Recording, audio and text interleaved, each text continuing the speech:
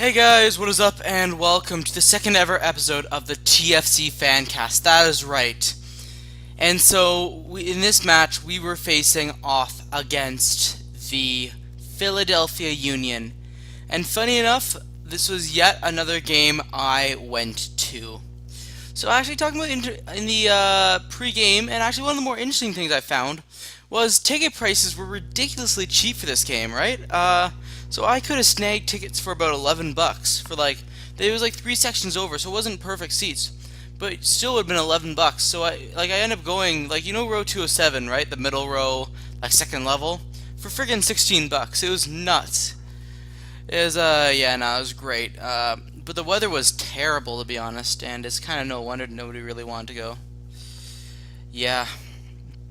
Unfortunately, I'm looking at the next game against Seattle, and the tickets aren't as cheap. To be fair, I mean, if I want to go like 8 rows up, then I actually could get tickets for $3 more.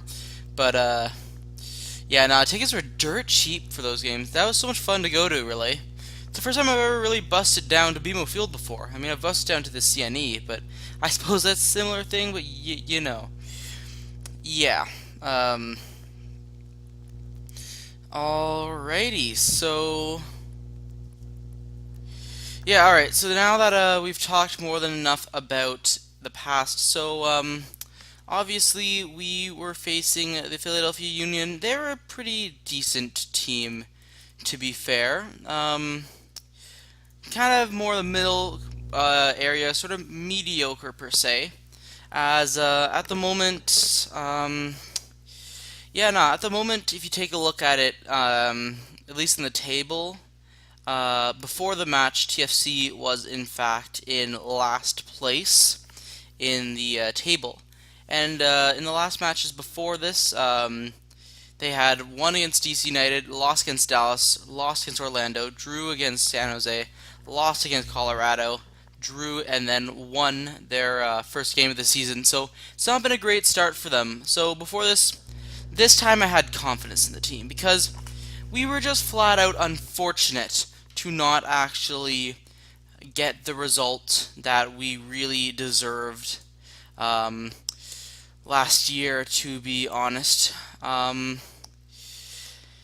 so at least taking a look at Philadelphia, they had their team's pretty decent. I mean, they do have Ilsinho actually. He's if for the longtime subscribers, if you know about my Bournemouth career mode, in fact, um, Ilsinho was actually a beastly 5-star skiller. So yeah, but enough about the past. There were not many goals, to be honest, for the team. The highest goal scorer was CJ Sapong, and Ilsinho had only scored one. And then, so in terms of assists, Alejandro Bedoya was the obviously the goalkeeper of the game. I mean, goalkeeper. Yeah, but he's the goalkeeper. He had 2 assists all this season, to be honest, and everybody else is just kind of, stuck on one there.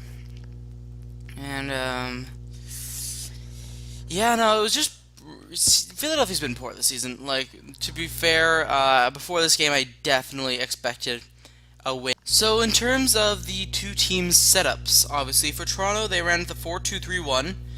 Bono in goal, Morgan, Bradley, Vanderveel, and Auro as the defense. Then it was Agar Akethe and Marky Delgado who were the two lads in the midfield. And then as a midfield three was Azorio, Victor Vasquez, and Nicholas Hassler. And then for the forward was, in fact, a lad by the name of Seba Giovinco. And then actually it was a matching formation from Philadelphia. They had Andre Blake in goal, Gaddis, Trusty, Elliott, and Rosenberry. They had Bedoya and Medunjainin, with Akam, Dakal, Ilsinho, and Sapong up top there. So they also played a 4-2-3-1. So that was how it worked, in all honesty. So, yeah, alright. So then, getting into the game, in fact, it was a pretty even game, to be honest, as, we really, I don't know, we did start well. We did start well, in fairness to us, and, yeah, the win definitely impacted the match, though. That was one of the key things, was, that just, holy crap, I remember being in the stands with a friend. The weather was horrific. The weather was absolutely horrific there. So, yeah, that's just really the harsh truth of it. However, 4 minutes in, actually, the first chance of the game came from Giovinco, who just skipped around the defender and played in a beautiful cross. An absolutely beautiful cross there from the lad. And, yeah, it was just great from Giovinco, but unfortunate as we really lacked the necessary luck, and it just slid a few inches away from the man there.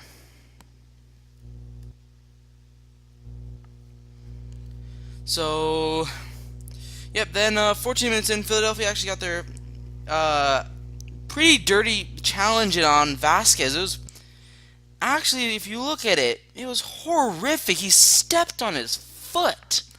The dirty son of a... It was just classless, to be honest. It was really classless. And, yeah, no, it just wasn't very good. It was kind of a crappy move, to be honest. And, yeah, just sometimes you see them and you're just like, sometimes they lack a little bit of class. However, enough with the moaning, enough with the complaining. You know what I feel like should do? I feel like TFC should maybe take some revenge. And guess what? My feelings came into reality. Because just a few minutes later, well, maybe 10 to be fair, it was a seeing eye pass from Sebastian Giovinco. And, well, it was over to Hassler. Hassler now takes his time and lays a beautiful ball into Vasquez. A nice chipped-ish sort of finish, and right into the back of the net. That was the first goal of the game, and what a passing play it was there. So, yep, 28 minutes in, well, we were on the mend. Just overall a brilliant team goal. Really, really classy. That's the thing, was it was just a classy play there. Great moving overall, and yeah, it was just really good. However, now we almost had a second goal because Arrow came down the wing. Giovinco had all the space in the world, but it turns out he may have elbowed the guy in the chest. Yeah. Yeah. So, yeah. Not great, to be honest. Yeah, as, well, we then proceeded to crap the bed after that, as we, well, we kind of, started giving away chances, and Bono had to make a ridiculous save. A stunning save, just tipping it away from the play there, and it was just a fantastic hit there. An absolutely fantastic hit, which really, really, really just made sure that we were able to at least go along, and in my mind, we should have been safe to actually go along and grab a very, very important victory. However, then we we didn't manage to make it into halftime without a bit of a heart attack because, well, yeah, you see, here's the thing now. Unfortunately, well, we actually gave away a free kick, which just should not have been a free kick because, at the 46th minute, yeah, dive. Just friggin' diver. Yeah, we didn't concede though. And I feel like I've been shifting away a little too much from the goals, so we're going to shift back to that. And, about 5 minutes after about the 60th minute, so 64th minute around there, Azorio makes a darting run, passes it over to Giovinco, one-on-one with the defender, fakes to one side, bulldozes a 6'2" defender, and a beautiful hit right into the corner there. It's just a stunning hit. It's absolutely beautiful. And welp, we went along. And we got that second golazo. We got that second golazo there. And yeah, it was just something very, very, very special. And it was just a fantastic play from Giovinco. And really just pure class from him. To just skip around the defender like it was absolutely nothing. And to do that is just, boy, that's mad. That is mad from him. And, yeah, that was just a brilliant play from Seba Giovinco.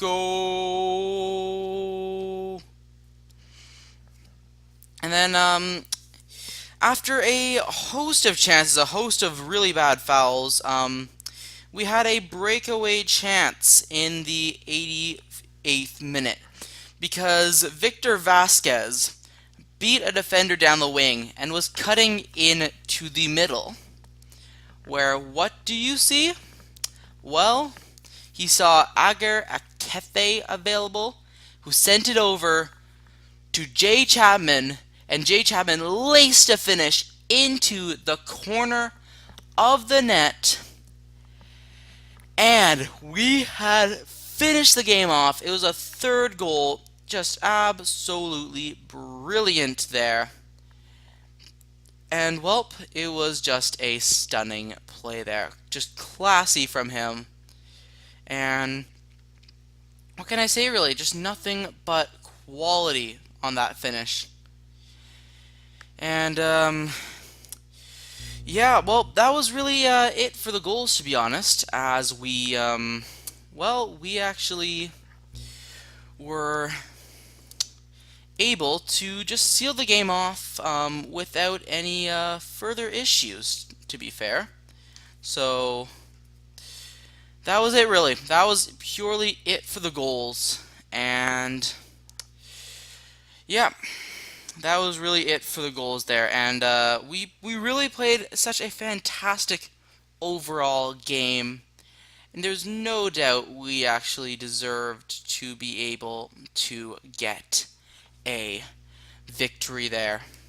So now I'd like to talk a little bit more about the tactical game, how it set up, like what played out in the game. So obviously it was set up as a 4-2-3-1 for Toronto FC, but because in the seats I was sitting in, I'm able to actually get more of an overview of the field. I noticed a lot of the times when we were in attack or we were pushing forward, Agar Kethe kind of played like a third center back, often to me as a left center back, when Morgan would bomb down the wing and just make himself an option for a 1-2, a pass, or anything of that sort, really. And yeah, it was really good because it allowed, obviously, Azorio and them more freedom to go up, which, I mean, at least for the finishing, maybe was not as good as I thought it would be. But,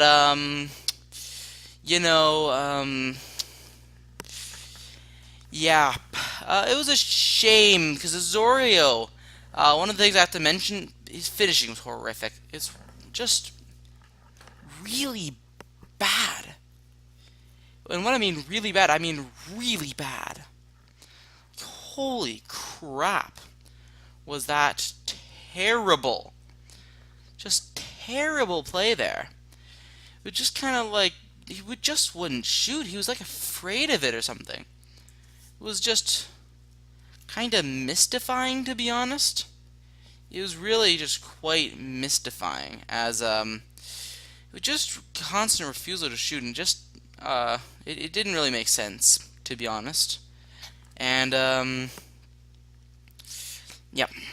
So I'd say that's really it in terms of the tactics. To be honest, I think Ilsinho they did a very good job, at least in terms of Ilsinho kind of played. He was very much like an out and out sort of winger, sort of whip it into the box, but he was very good on the one-on-ones. To be honest, he was very tough to deal with, and just not an easy player to compete with. To be fair, and he was one of the players I was actually worried about, really, as I just yeah, I was a little worried about him because he was just causing us so many problems.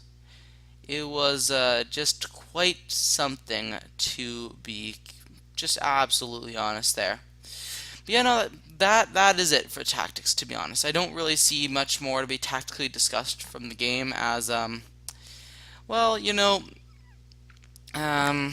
there's just not really much more to it. So yeah, let's actually go to the match preview of the next game, and obviously we are actually going to be playing against Seattle Sounders on the 9th.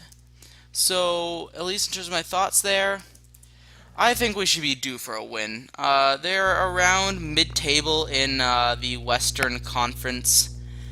They don't have their best forward, Jordan Morris.